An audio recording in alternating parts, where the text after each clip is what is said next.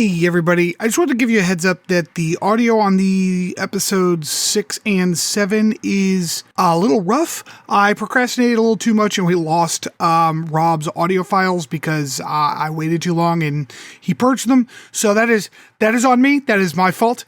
They are certainly listenable, but they are not quite the audio quality that I usually put into these things. Although you may not even be able to tell because I am very new at this. So I just wanted to give you that heads up before we get underway here. And hopefully you enjoy the show. Captain's Log Supplemental. Today was the final of our ship's Parisi Squares tournament. It was the engineering squad, the Quantum Crushers, versus the team fielded by the civilians on board, USS Resilience AC. It started as an exciting contest between evenly matched teams. However, after Ensign Lop of the Crushers took an ion mallet to the ribs from the Resilience AC team captain, things devolved quickly. An argument as to the legality of the hit began amongst those in attendance and escalated into an all-out brawl between the team's respective supporters. It rapidly spilled over to the teams themselves and hit a crescendo when crewman Galmok launched himself off the court ramp into a flying elbow drop onto the unsuspecting head of the ship's barber. The security team arrived shortly thereafter and broke up the fracas. The injury reports from sickbay are already coming in and include 12 broken limbs, 5 concussions, a plethora of bruises and lacerations, and 1 detached groin plate. Poor Mr. Grom won't be tending bar for a couple of weeks while he recovers from that one.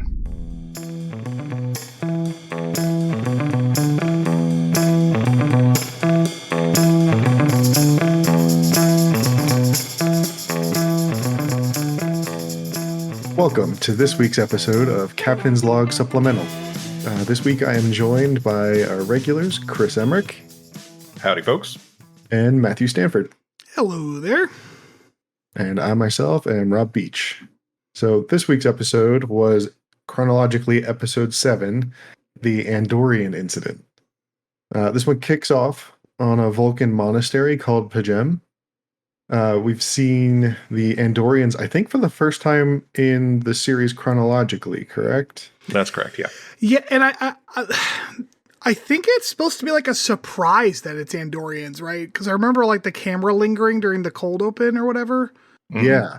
So I've only ever seen them as like Starfleet members. I didn't realize that there was like an antagonistic relationship with Vulcans in the past. So the Andorians enter, and one ominously removes the glove from his hand in the most, hey, I'm a Nazi in a World War II movie way possible. And cue Faith of the Heart. So Faith of the Heart. The crux of this episode hinges on a discovery that Archer makes with a discrepancy in Vulcan star charts. He starts questioning T'Pol and finds out that this planet is some Vulcan spiritual retreat. A sanctuary is what they refer to it as. T'Pol says, don't go there. And naturally, Archer's like, nah, I'm going there. Yeah, exactly.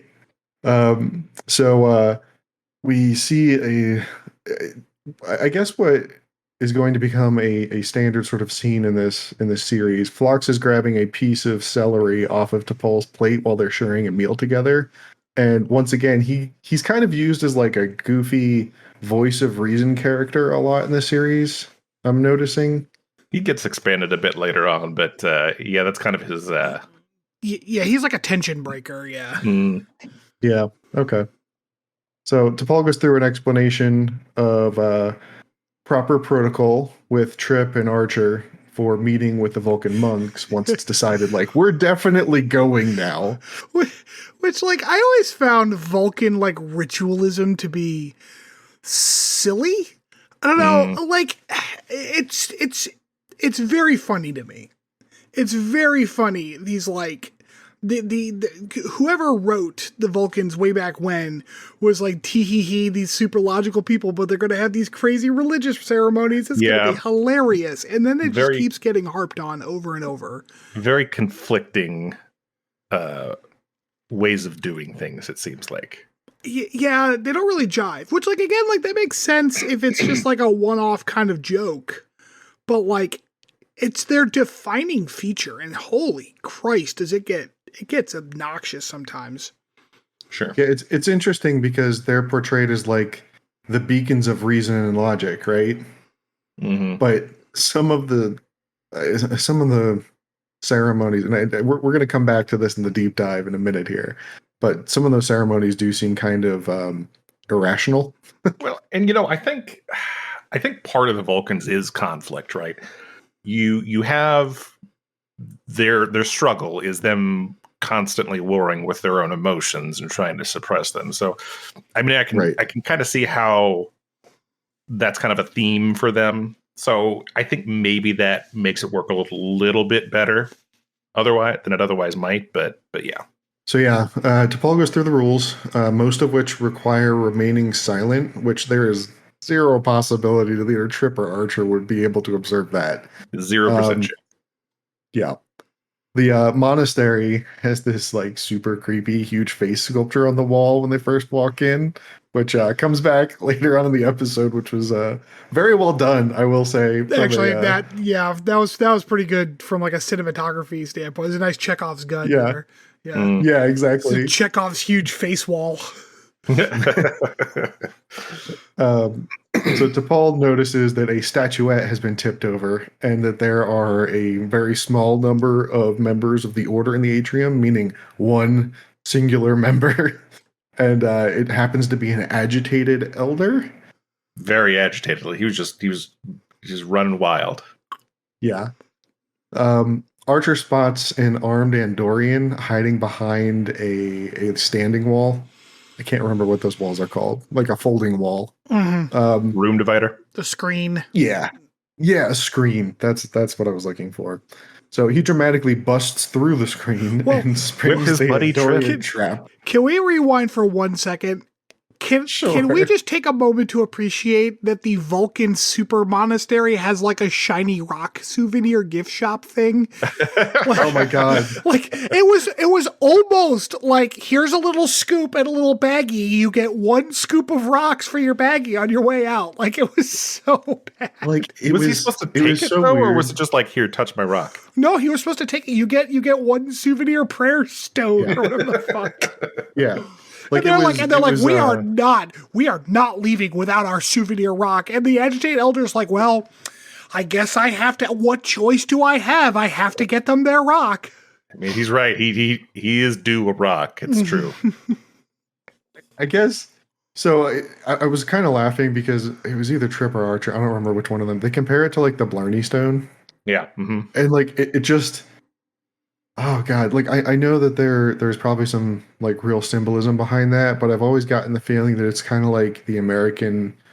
I also brought up in this episode the American largest ball of string. Like it's just I don't know, kitschy maybe. What's a Blarney Stone?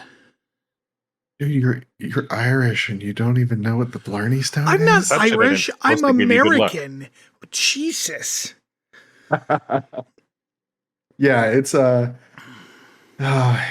stone that is a part of a very old castle that like either touching or kissing, it's supposed to bring you good luck. But like the trick is it's sort of hanging out over a ledge. So to kiss it, like somebody has to hold you while you are like let out over the gap to actually kiss this stone. I see. That sounds very dangerous.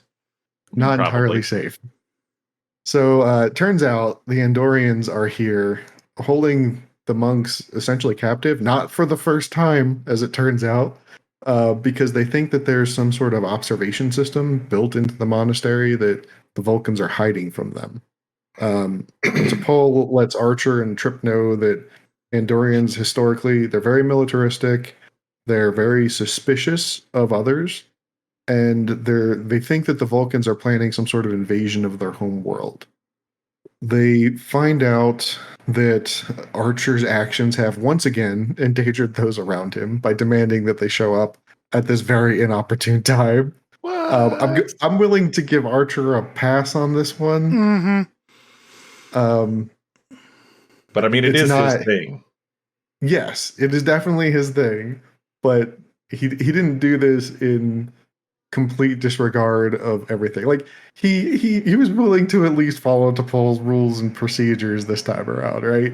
Yeah, that's fair. He wasn't leaving without that goddamn rock, though. Till shenanigans were about, and then it's Captain Shenanigans were indeed about. Oh my god. So, Captain Archer loves his ass some shenanigans. He does. So Reed notices the Andorian ship on their scanners. How they didn't see it before they actually like sent people down to the surface kind of escapes me, but that's neither here nor there at this point. And decides that he wants to investigate it more. We cut back to Archer getting a pretty rough interrogation. Which, like, I don't understand why Archer doesn't just like, hey, hi, we're from Earth. Yes, we have a Vulcan because of this weird, like, suit. Like, just explain it. Like, it's not a hard explanation. And the Andorians know the Vulcans are assholes. Like, they would be like, oh, yeah, they are assholes. Hey, why don't you help us out here? Like, I don't know. I don't know why the Andorians are so douchey. He sort of tries to, right? But like he doesn't give a very good explanation. He's just being he's being cagey. He's being reason. He has to be very stoic. Yeah, exactly. And then like he makes the mistake of bringing up the Vulcan High Council assigning T'Pol to the expedition, which they don't like. So at that point, we hear Archer's communicator go off. The Andorians answer the hail from Enterprise and just start making blanket threats, like hostage takers do. The one question I had about this scene is, can you guys think of a good reason why they start smashing all of the communicators? Not even a little bit. I actually didn't understand why the Andorians gave a shit about them anyways. Like, they're not only the communicators, but like the Andorians are technologically superior to the Enterprise in pretty much every way. Mm-hmm. So why did they just go take the ship? Like, what's the problem? That's a good point. Also, I'd like to point out the very rapey Andorian in this scene. Oh, God. Yeah, he comes back later. Just super gross. God, fucking early 2000s TV. Although it's not a lot better today. What am I saying? He starts making like creepy comments about Vulcan mating rituals. It's like, oh, okay, dude. Okay. So it doesn't even make sense because it's already been established the Andorians hate the Vulcans. It's just right. Yeah, it was unnecessary. It was an unnecessary escalation. What's really funny is I mean, I obviously the point of it is to make you view them as villains, right? Sure. But with how they're treated, like that's not how the Andorians are portrayed for the rest of the entire series. Literally, not even like towards the end of this episode. Yeah, right. Right. And like, I don't have a huge amount of exposure to them. Like, I remember, I think in the original series, there was an officer who was Andorian at one point. Mm-hmm. But like the most recent example I can think of is from Strange New Worlds. Sure. Where Discovery's you learn that. Too. Oh, okay. I don't think I've seen that yet. But you find out that not only are they psychically sensitive, they're very empathetic to emotions of others around them. That's just the one. That was that one guy. That he's part of like a subspecies. Yeah, okay. Of he's Andorian. like a subterranean Andorian or whatever. Yeah, they're all like blind and That's like telepathically sensitive. Yes. Most Andorians are not all that telepathic, I don't think. Okay, I did not realize that. Yes, he was an exception to his race. Okay. Although, can I just say, and this might be vaguely racist of me, but their antenna make me very uncomfortable. I guess it's because you and Trip both. He was very racist about it too. Yeah, he was. I actually have a note in here that's like some light racism from Trip, sure. Which I couldn't remember. I couldn't remember the exact line. They returned that by calling them Pigskins. Pigskins. Yes. Oh, that does not go away. That sticks ever. around. I guess my problem with the antenna in this series, because I didn't have this much trouble in Strange New Worlds or when they showed up in Discovery, I think it's because the costuming, because they weren't like CGI, they didn't feel natural. They just kind of moved randomly. Oh, speaking of the costumes, can we talk about how that in that scene, their blue makeup was visibly and obviously coming off? Hey man, it's been a long shooting day, man. Like, Dude, I didn't realize that. Like around their Shran's- necks and shit, yeah. Yeah, even like in Shran's like whole face, like there's just like splotchy, like obviously human skin underneath. Shran, is that guy's name? Yes, Commander Shran. He's one of the best characters throughout this show because he comes back. He comes back quite a bit. Does he? You don't actually hear his name in this, but that's his name. Is Commander Shran. Yeah, that's what I thought. Yeah, he's the Andorian that helps found the Federation with Archer. Yeah. Wow. By the cool. way, speaking of returning characters, the actor who plays him plays like a million other characters in Star Trek. Sure. And he always has that like badass leather jacket like the entire time. He is a snappy dresser, Shran. He's like the Han Solo of freaking Star Trek, I guess. Wow. No, he's more like the that military major or colonel from Stargate, but like the Kurt Russell movie version. Okay. Where he's like competent, vaguely quippy, but also like tired of people being shitty around him. Like he's like, we've got a job to do, god damn it. Like, yeah. Right. So the Andorians start threatening to decapitate some Vulcans to see if they can get Archer to talk, which doesn't really go over, I think, how they planned it. We find out that humans smell offensive to Vulcans. It was brought up earlier in the episode, by the way, and confirmed at that point. Yeah. Yeah, like T'Pol say she had some sort of like nasal desensitizer. Yeah. Mm-hmm. Yeah, she's like a nasal numbing agent. Which has not been said ever in any other Star Trek. I'm pretty sure. There's also the there's also the level of like, that line bothered me. It bothered me for a couple of reasons. One, like something can smell bad and you become nose blind to it because your brain's like, well, that's just what it smells like in here. I'm going to ignore that so I can smell things that actually matter. That is a built-in feature of your nose. Sure. So you're telling me that Vulcans don't have that ability, which is like, okay, that's fine. Seems like a weird oversight, but okay.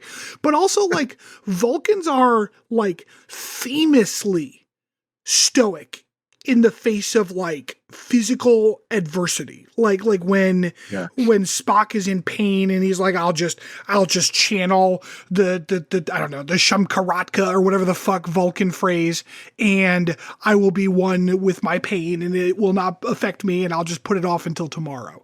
Like, you can't not smell some stuff, kinda? Like, what the fuck? Yeah. Yeah, they take some liberties to try to lay down some themes, and it's a little messy sometimes, I'd say. It kind of makes me wonder if Michael ever had a problem when she first encountered other humans for the first time. Kind of makes me wonder if that's why everyone picked on Michael at school. Well, no, she did, but then she made a speech about it where she almost cried the whole time. That's why they picked on her. God damn, I can't wait till we get to Star Trek speeches. Oh my fucking God, that show.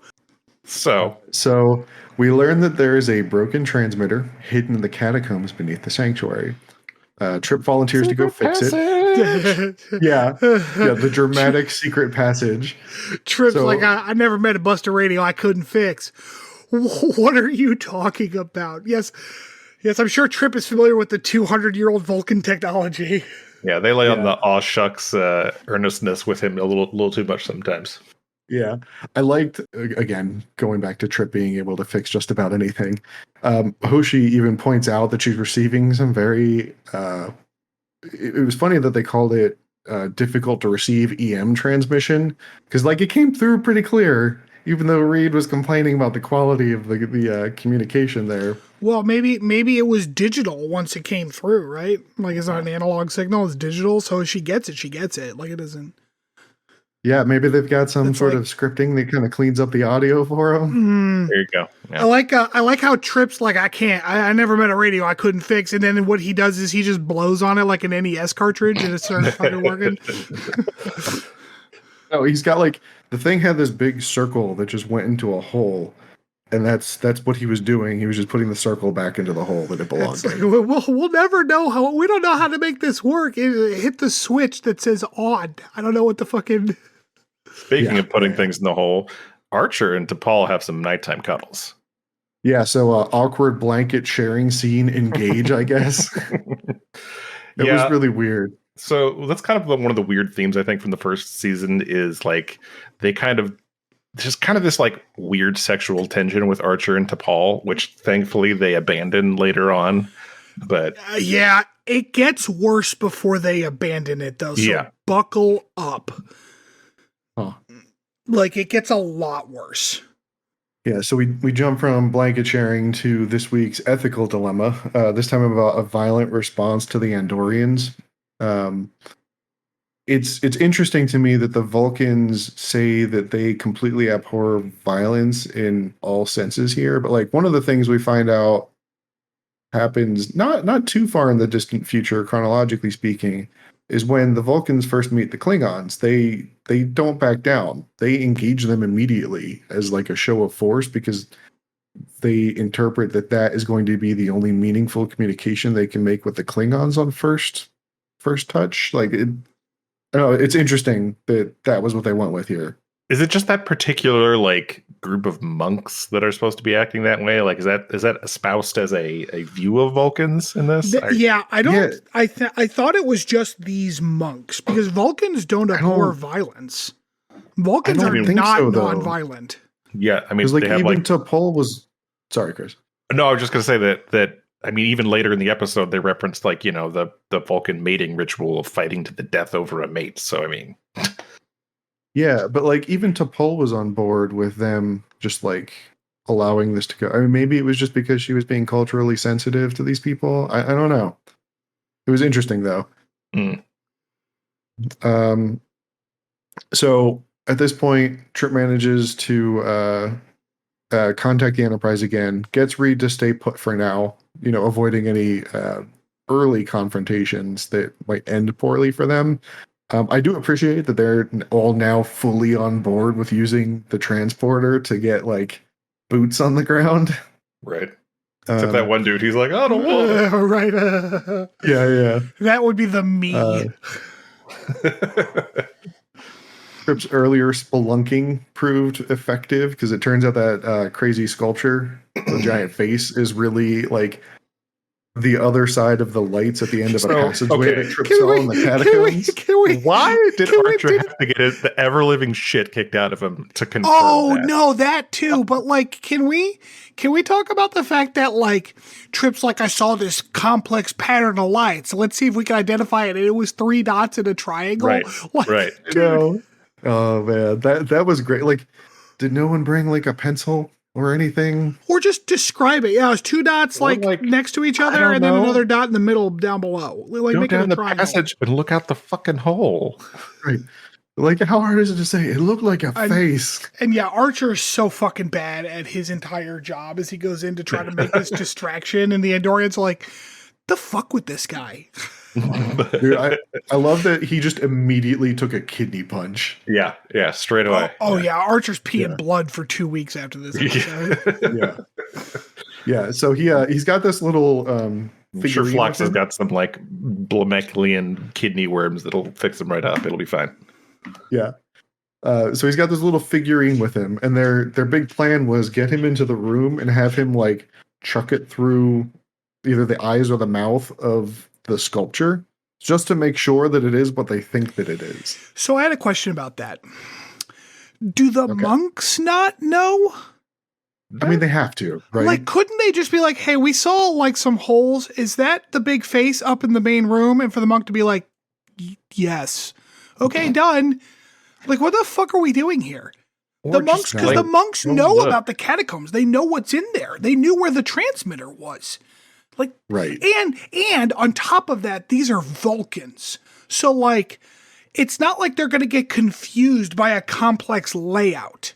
I'm pretty sure at some point in all of Star Trek, and it, the specific instance is escaping me, but like, I'm pretty sure there was a Vulcan at some point who's like you get the idea that they have some kind of like perfect dead reckoning, even in complex structures that they've never been in before. Like they just like can find their way back out, no problem and shit. So like, it was so weird. So weird. Yeah. Yeah, I didn't understand that at all. I mean, because they clearly know that there's, the show at the end of the episode here down below. Like they had to have known what else was down there. That we'll get to when we get there, because I have questions about that as well. Okay. So hesitant security crew wind up, beaming down through use of the transporter. It looked like Reed was just pulling pistols out of like a JanSport bag that he brought with him. Right. So again, we see that Andorian captor getting a little rapey with T'Pol, and Archer gets lectured about turning the monastery into a war zone, which was interesting because one of the young monks decides to accompany Archer on his little combat mission here. Archer ignores the monk's warnings and enters into the reliquary that we were told had very ancient and meaningful Vulcan relics, which include all of the pots that are then exploded with phasers. Sure, because that's what Archer does. Did stuff. He's a doer. He's a doer. Yeah, he's a doer. Can we just all take a moment to acknowledge that the blue Andorian phasers are like the coolest shit that's ever. Yeah, they're fucking cool as hell. I was just cracking up because this entire scene was like watching somebody do a let's play of a Zelda game. There are so many broken pots in this room by the end of this little combat. Shit, I hope there's no chickens around. Fucking Archer's just yahing like all But then he tore down that tapestry because that's where they hid their secret spy base, behind some like tapestries. It was blocking off this huge, like well-defined steel door. It was massive. It was like a Fallout vault. It was like not a locked. 10-foot long door or 10-foot diameter door. Not locked. Nope. They had that tapestry up, Chris. Listen, it was in the reliquary. No one goes to the reliquary. No one goes there. You're right. What am I thinking?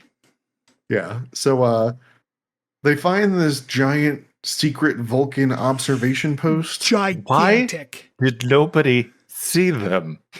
So I don't understand. Here's my question. So like I'm willing to suspend my understanding of every physics phenomenon and be like, okay, maybe it's shielded from scans or whatever. Okay, fine.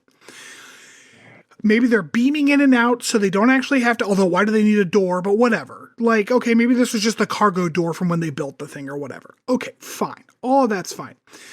Did none of the monks know? Because I don't know if you're aware of it, Vulcans are not allowed to lie. Except they lie all the time in this show. They do. No, they're not allowed to lie. They were told that. We were told that like few episodes ago. So like the monks have to know, because at this point, one of them, like the one that accompanied them downstairs, tries to like hold Archer hostage. Then it gets cold cocked. Like immediately, yeah. Oh, yeah. It would have been better. I was half expecting, because it had been a while since I've seen this episode, I was half expecting him to be like, oh, what is this doing? What? Oh, no. Yeah. So Archer orders T'Pol to take a reading of the chamber, which this sort of harkens back to an earlier conversation. This is the blanket conversation, right? Like, Archer confirming with T'Pol that she's on his side, and her saying like, I have never disobeyed your orders. This is kind of, I feel like the culmination of that whole discussion. And I think it's also like T'Pol is obviously pretty pissed at the whole situation. Like I know I would be, because I would feel very betrayed by my people if we had been told that this was, some religious sanctuary. And it's like, oh, by the way, we decided to hide, like, I mean, it's clearly not necessarily a war machine down here, but what could amount to it in the right situation. Yeah, we're not like reading the manual to this room, but the implication is that it is indeed a spy base for spying on the Andorians as they suspected. Sure. Right, exactly. And the episode ends with the Andorian leader saying that they are in Archer's debt. Yeah, that's Shran, yeah. Mm-hmm. Yeah, he comes back later, like that line, because he's later like, I hate being in debt to people. Fuck you, so I'm gonna pay this back. He shows up a couple times. He's pretty fucking cool. I like Shran. Yeah. He might be my favorite character out of this show. He's definitely my favorite secondary character. Phlox is awesome. All right, so that I do like Phlox. That'll wrap up this week's recap. We will be back in a few minutes with the deep dive.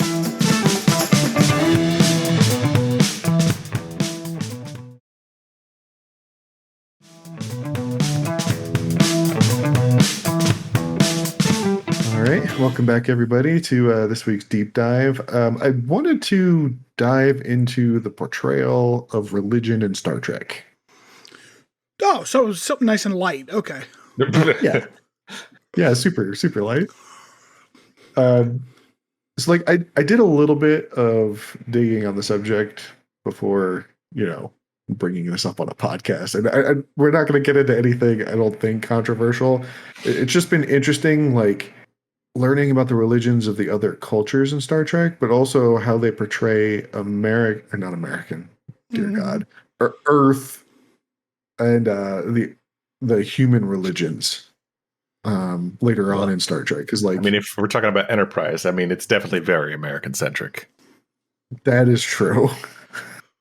All of the Star Treks are very American centric. Yeah, probably. Yeah. It's not like Cisco went back to Europe or anything. Like cricket or yeah, exactly. Yeah. But hey, Picard had a French last name and he spoke with an English accent. He went to a French vineyard and fought his brother and some grapes and stuff. That's right. So yeah, I guess this was an interesting episode because I've never really thought about the Vulcan religion a whole lot. Like, it's always just sort of been tangential to, I guess, a couple of the plot points in certain episodes. But I didn't realize that it was more meaningful to them in a larger sense. I don't even know. This is one of those things where, this is going to seem like a tangent, but it gets wrapped back around, I promise. So one of the problems when you play D&D a lot is that there's always inevitably someone who's like, I'm going to play an atheist, right? And it's like, how do you do that when the gods are there?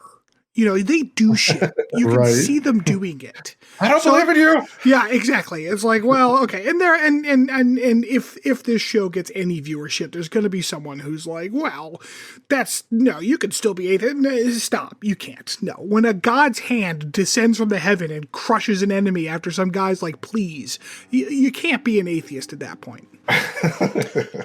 So it's weird to me when we discuss the Vulcan religion because we have things in these shows that definitively prove the existence of Vulcan afterlives and stuff. Like their consciousness living on beyond their body and things. Living on as well. Yeah, yes. We go to Sovacor at some point, or we're on the boat to Sovacor or whatever. Uh-huh. So it becomes is that religion at that point? Or is it just scientific understanding? It's interesting because it doesn't really require any faith because it's very clearly true. Right. Well, let's look at this from the standpoint of, Greek myths and things, right? Those were religion at the time because they did not understand them. But now we view them as, fables, stories to explain something, a natural occurrence or something they didn't understand. So I think they're hand in hand, really. It is the discovery of what is actually happening. So I get that explanation, but I feel like I have to push back because, well, two things. One, the Greeks did know that most of that shit was made up. They were just telling fun stories. But even ignoring that fact, when you talk about spiritualism and stuff, older religious traditions where it is an explanation of natural phenomena that earlier people didn't really understand. Fine, but we don't get that sense because what you're describing is we made up this story, we then find out the truth, and it's not what the story is. Which is another storyline in multiple episodes of Star Trek, by the way. I guess. But like in this case, the Vulcans are like, we believe this thing. And then turns out that was fucking 100% correct. Yeah. It happens to the Bajorans too, because Cisco goes and joins the Hourglass people. Like, so that's the weird thing to me about all of this is that it's not like any existing religions today where a lot of what we take would be on faith. Like in this universe, Vulcans know that they have at least some vague representation of a soul with their Katra, and like they can not only like store it in containers, they can transfer it to other living beings. Like there was the whole plot point of one of the Star Trek movies was Spock being inside a bones. Like, I was thinking of that Strange New Worlds episodes. Like this sounds an awful lot like hijinks. Yeah, that was a good one. I like that. That was a good one. That was a great episode. But yes, exactly. So it's interesting to me that like, and so that is the discussion. Like, is that religion at that point? You know, is there religion? Like, I guess, can there be religion? Especially when we know that there exist basically omnipotent beings. Like, so there are gods. Is there a religion at that point? I was to say, I think religion is just a set of beliefs. Whether the beliefs are correct or not, I don't think matters in calling it a religion. No, but that's my question. Like, does religion require faith in something that you cannot prove to be real? I don't think so. I mean, we only have the one example, but like, I don't think our planet expresses any religion that doesn't fit into that criteria. Yeah, and I guess the other thing that was interesting to me when I started thinking about it is they have a lot of religions that are tied to not even really the culture they came from. They're really like assigned to individual species almost. Like I don't think that was there ever an example of like a human Katra, for instance, or is that like purely a Vulcan thing? Well, we don't ever get that in depth of an explanation of those things when they do happen. So that's a good question. Like, I guess, like, are the religions that we see in Star Trek, right? Yeah, man, it's a racist ass religion. So, do the humans not have one then? So that was something else that I tried to look up. What I found, so the old Roddenberry stuff is very much so a we don't want to touch religion with a 10-foot pole kind of deal. Sure. And I think even in the newer episodes, they don't talk about like real world religions like at all. Right. Like it was so hands off that in one of the episodes where they go back into the 1930s, there was an example I was looking up where they're like talking with a religious congregation who doesn't even bring up religion while they're in the scene that they're in. Like, it's that level of dedication. The only time that seems to not be the case is in several of the early movies. Like, clearly there are religious overtones there. Like the whole, like, what does God need with a starship? That Kirk also mentions that Scotty doesn't believe in gods, but I think the same episode says, like, man has no need for gods. We find one quite sufficient. So, like, there's clearly something still there. And I think one of the other examples I looked up was there was an Indian actress. Well, I don't know if she was an Indian actress necessarily, but she played a Lieutenant Radha who had a bindi. So I don't know. There's clearly people who still believe in those old religious values and those old religious systems. But one of the things that kind of gets stated again and again is that they've taken on almost like a mythos. Very interesting. Yeah. Yeah, I think it's more. Go ahead. Sorry. Go ahead, Chris. No, I just saying I think you brought up a good point in that it is the reason it is the way it is in Star Trek is because it is a TV show, and they cannot go into Christianity is a lie, or these are all stupid, and they can't espouse an opinion on those things because of the hate they will get for it. Which is interesting because they still end up incidentally doing that anyways, because if you're going to be like, Like, oh, well, we're not going to say whether or not Christianity is a valid opinion in the year 24 or whatever, 25, whatever. Okay, but also the Bajoran religion is clearly correct. And the Klingon religion is clearly, like, valid. So are you saying that the Christians are wrong? Or are you saying that their religion is also valid? You know? And I don't know. It bugs me. It bugs me because it is I understand why they don't get into real world religions. I do understand that, careful, kind of tiptoeing. Line. Yeah. And I don't think that's invalid and not because I'm afraid of offending Christians, but because I don't think bringing religion into it is ever going to be has useful. any value. Yeah, exactly.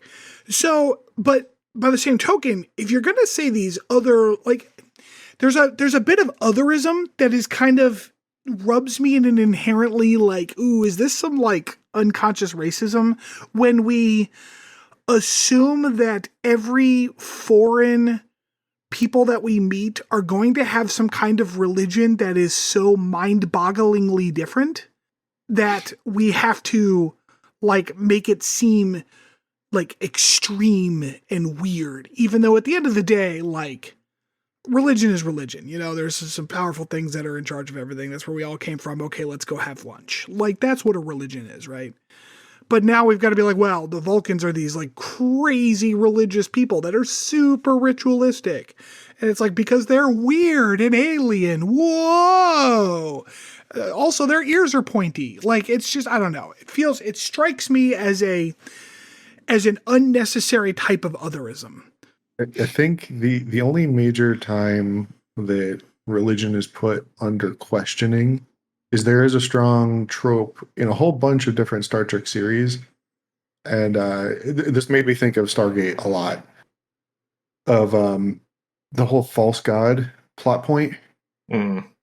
Where people show up and then, they realize that's what I was referencing hey. earlier. Yeah, it's a computer or another alien race or some natural phenomenon that they don't understand. Or, that Lower Decks episode where what's his face was the god, so he's espousing swollenness and stuff. Yeah.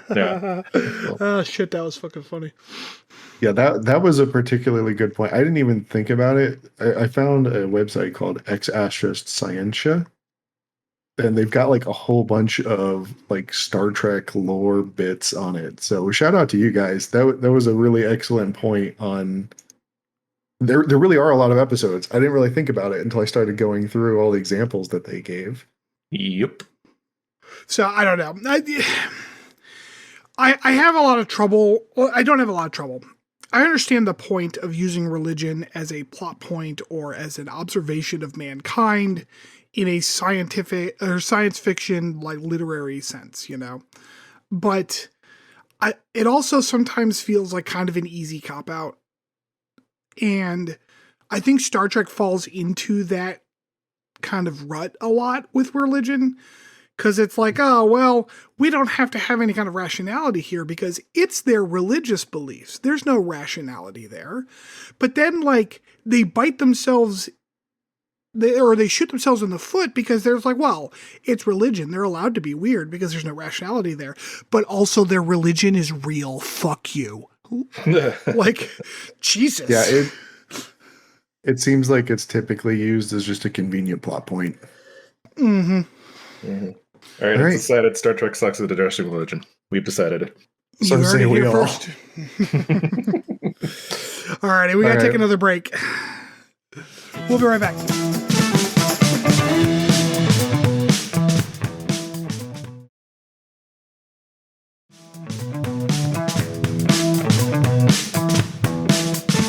All right, welcome back. So I am in charge of Potpourri this week, which is what I have affectionately named this third segment. It's so when I do it, it's Potpourri. When Chris does it, he's got that long, complex pun, but for me, it's Potpourri. This week we are going to be talking about Kitchen Daddy, so buckle up. So you two have heard me talk about Kitchen Daddy before. Now, I call him Kitchen Daddy because he is a very good-looking gentleman who wears tight shirts and teaches you how to cook in your kitchen. His name is Adam Ragusea. I accidentally discovered him via the YouTube algorithm about 2 months ago. And somehow I have managed to accidentally fall in love with this man. So you have to hear me talk about him for a few minutes. Now, this is a Star Trek podcast, so fortunately, this will be tangentially Star Trek related, because I was watching one of his videos, and he said this joke. If I were in some kind of alternate universe, I might say that this is the better way to do it. And then I would sound just like this. It would be me with a goatee. I'm like, well, actually, if you try hard enough, you can get them to not be cracked. And that isn't the right way to do it, but it's fine enough for everybody else. Long live the Empire. And that moment was like, did he just say long live the Empire? Because that is a mirror universe joke.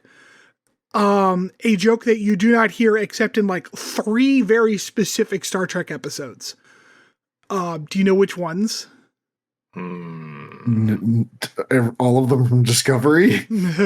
Yeah, so Discovery does it a few times in their arc. Okay. Enterprise does it, and so does the original series. Oh, do we wind up in Mirror Universe with Enterprise? Yes, but in a fun way. I actually like how Enterprise does it better than everybody else. Okay. Enterprise that might be the only thing you say that about Enterprise for. I don't hate Mirror Universe, but it's just kind of... I do. I absolutely hate Mirror Universe. Oh, I don't hate Mirror Universe because I think that it is fun, and I understand that writers need time to express fun ideas. What I don't like is when people from our universe interact with Mirror Universe, and it's stupid. Yes. Like that. So you like Mirror Universe in the way that we like holodeck episodes. Yes, exactly. Exactly that. And Enterprise does it exactly like that because none of the Enterprise crew actually goes to the Mirror Universe. That's not how that works. It's funny because when we get to the episode where it's Mirror Universe, for about 35 seconds into the cold open, you're going to be like, what the fuck is going on? And then it's going to make sense. Yeah. Oh, okay. So consider me intrigued. Yeah. It's not till season 2, maybe even 3. It doesn't come out for a bit yet.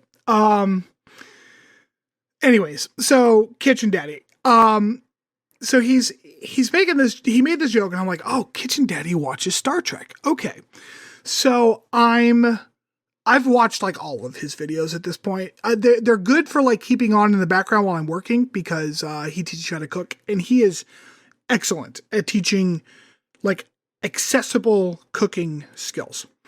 But at one point he was talking to his wife on a Q&A session, and his wife's like, one of the viewers wants to know what your favorite TV show is.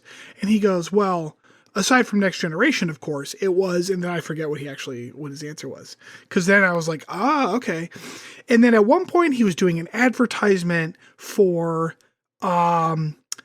a Bluetooth speaker or something. And in the little advertisement, he just happened to have a podcast on, and the podcast was a Star Trek rewatch podcast. Clearly inferior to ours because I'm required by law to say that, but they've been around for a little bit. So we'll see. So that was when I discovered that Adam Ragusea on his SoundCloud, which he has one of those too, has made Star Trek related music, which I showed you two. It's a thing. That's generous. I'm not going to play any clips from it because, as it turns out, that is official music for that podcast. He kind of works for them. So here interesting. Yes. Okay. So here I have fallen in love with my internet man crush, Adam Ragusea. He went to Penn State. He graduated the year I got there, so he's 3 years older than us. Well, yeah, here's a fun trivia for the listeners. Rob and I went to Penn State together. We graduated in 2008. That's where we met. And so I was like, oh, that's interesting. I forgot where I was going with that. Obligatory we are. Oh God, fuck you. By the way, I also went to Penn State, just a satellite campus. Yep. I didn't know that. Which campus did you go to? Abington. You say that like I was supposed to know, man. Fucking, there's 43 satellite campuses. Yeah, they do have a lot of them. Yeah. Yeah, I guess I had a little cheat on it because I picked you up and dropped you off at that train station a couple times. Woo. Now I've been to Abington. I just didn't know there was a satellite campus there. Yeah. So yeah, so he went to Penn State. He also likes to cook. His kids are about my kids' age, and as it turns out, he also works on a Star Trek podcast. So I'm pretty sure it's destiny, and I think his wife and my wife are going to have to come to terms with that. But we'll come back to that later. I just want to tell this quick story because it is not very often that my disability informs my activities. But for those of you who don't know, I am tetraplegic. Or quadriplegic is the older term for it. I have a spinal cord injury in my neck, and I'm paralyzed in most of my arms and then down. Like my legs don't work. I'm in a wheelchair, yada, yada, yada. I also like to cook and I like to bake. And my wife likes to bake as well, and she likes to make macarons. Now, I don't know how your guys' opinions on macarons are, if you have them, know what they are, etc. Macaron. Yes, not macaroons. They are kind of different, but it's similar. But anyways, like these little French meringue sandwich cookies. Yes. Mm-hmm. Delicious. They usually in very brilliant colors. Yes. They are easy to color, but they are weirdly tricky to make in a typically French way because there's like these weirdly French steps to doing it, right? And it's like intensive and it requires a lot of very precise arm work that I am not able to do. So a lot of things in the kitchen are harder or take longer for me, but I can figure out ways to do them. However, things like that, it's like, oh man, I'm never gonna be able to make macarons, whatever. Well, it turns out that also in a typical, like, this is the proper way to do it, you don't have to do it that way. And thanks to Adam Ragusea's video on fuck your folding, you can just beat whatever you need to into egg meringue, like egg foam, and you'll be fine. It turns out I can make macarons. All I have to do is use the mixer instead of trying to do this complicated ass folding.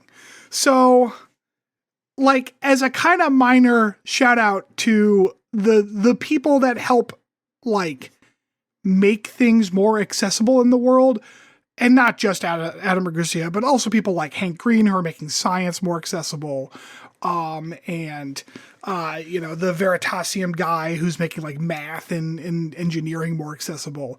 Like, I really do. I don't know if it's said enough. I really appreciate that stuff. It is very nice. Even if I don't need all of the various accessibility things, it is very nice to have people like that in the world who are making things more accessible, because fucking hell, this world is not accessible enough sometimes, and that can be very frustrating. Here. So that's what I got. That's my kitchen daddy spiel. I don't know if that can go anywhere, if you two have any input, or if that's just credits roll right there. But thank you, Kitchen Daddy. Also, he's Adam Ragusea on YouTube. Apparently there is a guy named Kitchen Daddy who is a different person. I don't know anything about that guy. I just call Adam Ragusea Kitchen Daddy. Because you would like him to be your kitchen daddy. He looks like he gives nice hugs. Yeah, sure. He's into like weight training, and he looks like it.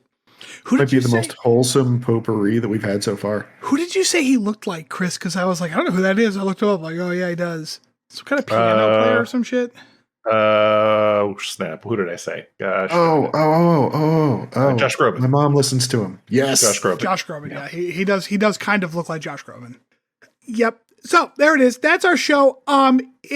So this is going to be the last show that we are putting in the can before we actually start publishing things, which I plan to do in the next couple of weeks. Which means that theoretically, by the time we come back for the next episode, we might start getting feedback. So we'll see how that goes. But what is this? The 7th episode that we decided? Yeah, I think so. This was episode 7 of the show. Okay. So yeah, so if you're hearing this, then next week is like the quote unquote live. So hopefully it's going well, or this might be the last episode you ever hear. So yeah. So well, yep. Thanks everybody, and hopefully we will see you next week. Bye-bye.